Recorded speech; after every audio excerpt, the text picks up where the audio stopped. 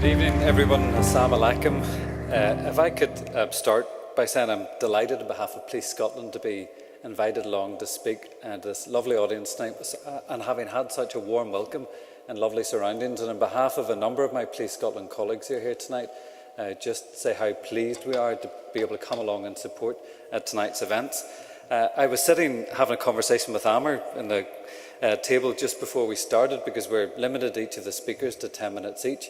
And Amr and I were having a conversation about who could actually get the most words into 10 minutes. And it was a choice between a proud Irishman who now calls Scotland home or a lawyer. So it was a very difficult choice.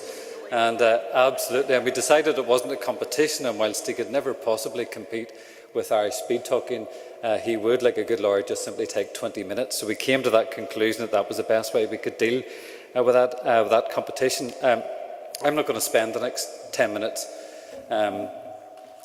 describing what Police Scotland do, but as a theme tonight is very much a theme about education. What I would like to focus on as your police service, as a police service for every single citizen and every single community represented in this room, is what we can collectively do to educate our children and to keep them safe from the growing range of threats and harms, not least online, that each of those children, our children, face in homes and communities across Scotland every single hour of every single day.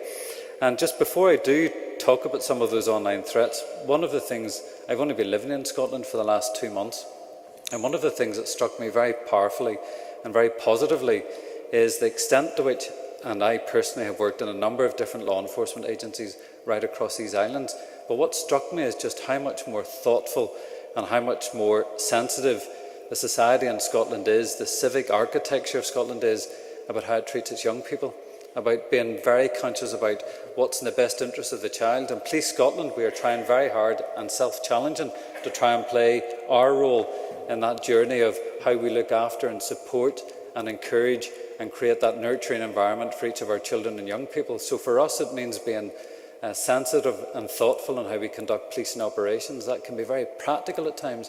It can mean if we're conducting a drug search first thing in the morning, that we're very conscious about the timing in which we go in through the house.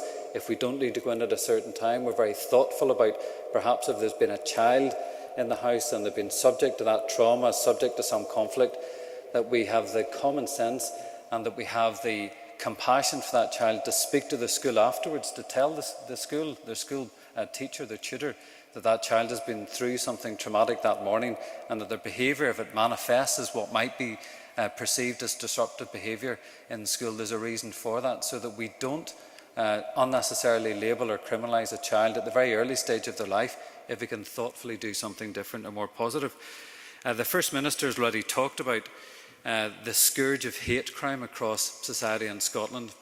We're not unique, sadly, in that respect, but I'm always pleased, and Police Scotland is always pleased, to take any and every opportunity to reinforce our firm commitment to tackling on our collective behalf that scourge of hate crime, to make sure it's patently obvious and tangibly obvious, working very closely alongside the Scottish Government, that we will robustly respond to and deal with any incidents of hate crime that are manifest in this society. Sadly, still too many, but hopefully the campaign that the First Minister referred to will help us, at the very least, act as a partial deterrent and hopefully help put out that firm collective message on behalf of Scottish civic society that hate crime simply is not and will never be acceptable to any of us.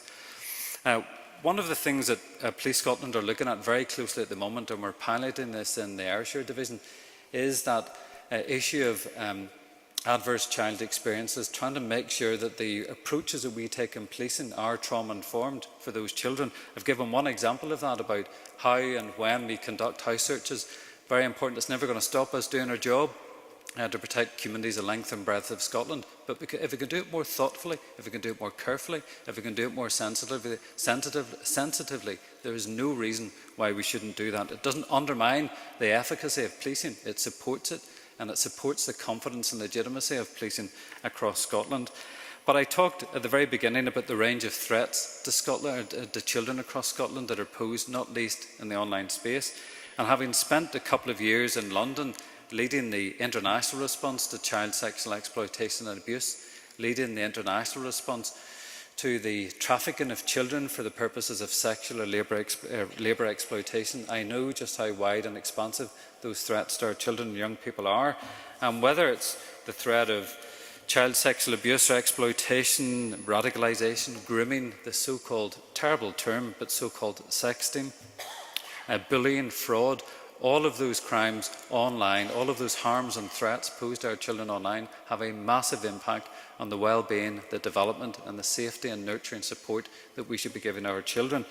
And cybercrime prevention and education can actually be relatively straightforward. You need a little technical knowledge, and I'm sure, like a lot of other parents in the room, I have 2 boys who are 14, my oldest is nearly 18, that when my iPhone breaks down or I can't figure out what to do with it, I hand it to my 14-year-old child who's able to magically give it back to me 30 seconds later and fix. But that doesn't in any way dilute my responsibilities as a parent to know what my children are doing online, doing on the gaming platforms that they spend a limited amount of time every week engaged in, understanding the technical threats that are posed to them as they live their lives are increasingly socialised and sexualised online, and my responsibility as a parent and our collective responsibility as a society to make sure that we educate, support and protect our children who increasingly operate and live in that online digital space. And Police Scotland continues to collaborate with a very wide range of partners to do exactly that.